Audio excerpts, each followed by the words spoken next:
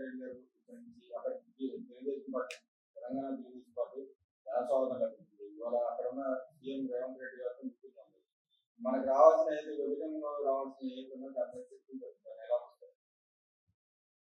మరీ ముఖ్యంగా చాలా ఆనందదగ్గ విషయం ఏంటంటే అండి, నిన్న టీవీ చూస్తా నేనైతే నా కళ్ళెంబడి నీళ్ళు ఆటోమేటిక్గా అవే కారిపోతా ఉన్నాయి. అవి ఒక బాధతో వచ్చినాయి కాదండి, ఆనంద బాష్పాలు అనమాట. చంద్రబాబు నాయుడు గారు ఏదైతే జైల్లో ఉన్నప్పుడు ఆ తెలంగాణ ప్రజలు స్వచ్ఛందంగా ఆయన కోసం పరితపించిన పరితపన, ఆయన కోసం చేసినటువంటి దీక్షలు, రాస్తారోకులు, ఆయన కోసం చూపించినటువంటి ప్రేమ నా గుండె ఆగిపోయేంత వరకు ఆంధ్ర రాష్ట్ర ఆడపడుచుగా తెలంగాణ ప్రజల్ని గుర్తుపెట్టుకుంటానని మరొక్కసారి తెలియజేస్తామనండి. అదే ప్రేమతో, అదే ఆప్యాయతో, అదే అనురాగంతో నిన్న ఢిల్లీ నుంచి చంద్రబాబు నాయుడు గారు హైదరాబాద్ బేగంపేట ఎయిర్పోర్ట్ లో దిగంగానే జనం బ్రహ్మరథం పట్టారు. స్వచ్ఛందంగా వచ్చిన జనం అండి. అంటే చంద్రబాబు నాయుడు గారు ఉమ్మడిగా ఉన్నప్పుడు హైదరాబాద్ ఎంత తీర్చిదిద్దారో, ఎంత డెవలప్మెంట్ చేశారో, ఎన్ని కంపెనీలు తీసుకొచ్చారో, ఎంత మందికి ఉద్యోగాలు ఇచ్చారో, ఎంత మంది ప్రాణాలు కాపాడాడో, ఎంత మందికి ప్రాణం పోసాడో, ఎంత మందికి భిక్ష పెట్టాడో, ఉద్యోగ భిక్ష అవనివ్వండి, రాజకీయ భిక్ష అవనివ్వండి, ఏదైనా అవనివ్వండి, చంద్రబాబు నాయుడు గారు అనే వ్యక్తి లేకపోతే ఈ రోజు అసలు హైదరాబాద్ అనేది లేదు. చంద్రబాబు నాయుడు గారు అనే వ్యక్తి లేకపోతే ఈ రోజు హైదరాబాద్ మహానగరం అనే పిలిపే లేదు.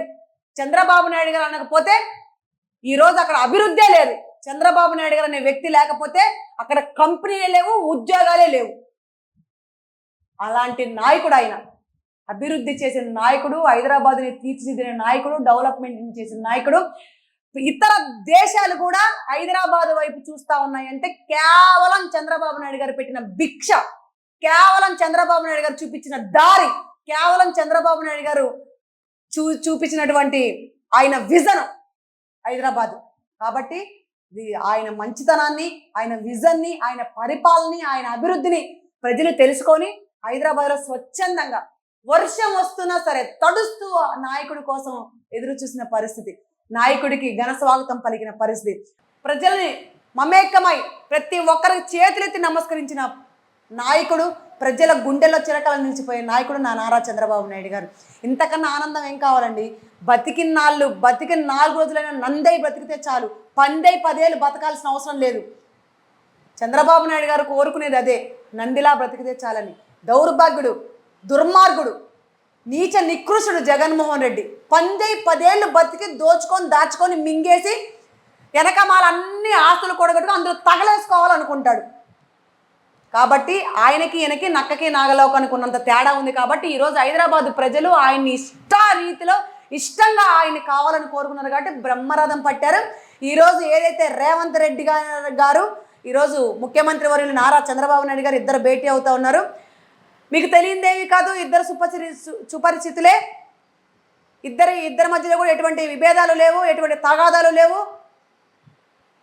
ఇద్దరు కూడా ముఖ్యమంత్రులే కాబట్టి ప్రతి ఒక్కటి కూడా వాళ్ళు ఆచి తూచి ఆలోచించి చంద్రబాబు నాయుడు గారు శిష్యుడు ఈరోజు తెలంగాణ ముఖ్యమంత్రి రేవంత్ రెడ్డి గారు. ఆయన ఒప్పుకున్నా ఒప్పుకోకపోయినా ఒక ఆంధ్ర రాష్ట్ర ఆడపడుచుగా అయితే నేనైతే అదే మాట్లాడతాను. చంద్రబాబు నాయుడు గారు శిష్యుడు తెలంగాణ ముఖ్యమంత్రి వర్యులు రేవంత్ రెడ్డి గారు. కాబట్టి శిష్యుడు కాబట్టి ఈరోజు ముఖ్యమంత్రి అయ్యాడు. అదే హోదాలో చంద్రబాబు నాయుడు గారు ముఖ్యమంత్రి అయ్యారు. ఇద్దరు కూర్చొని సమీక్షించి జాగ్రత్తగా ఆచితూచి ఆలోచించి 2 రాష్ట్రాల్లో ఉన్నటువంటి ప్రజల్లో కూడా గొడవలు కానీ, డిస్కషన్స్ కానీ, ఆర్గ్యుమెంట్స్ కానీ లేకుండా ప్రేమ, ఆప్యాయత, అనురాగాలు పంచడం కోసమే ఇద్దరు ఈరోజు కలిశారని ప్రతి ఒక్క 2 రాష్ట్ర ప్రజలకు తెలియజేస్తా ఉన్నాను.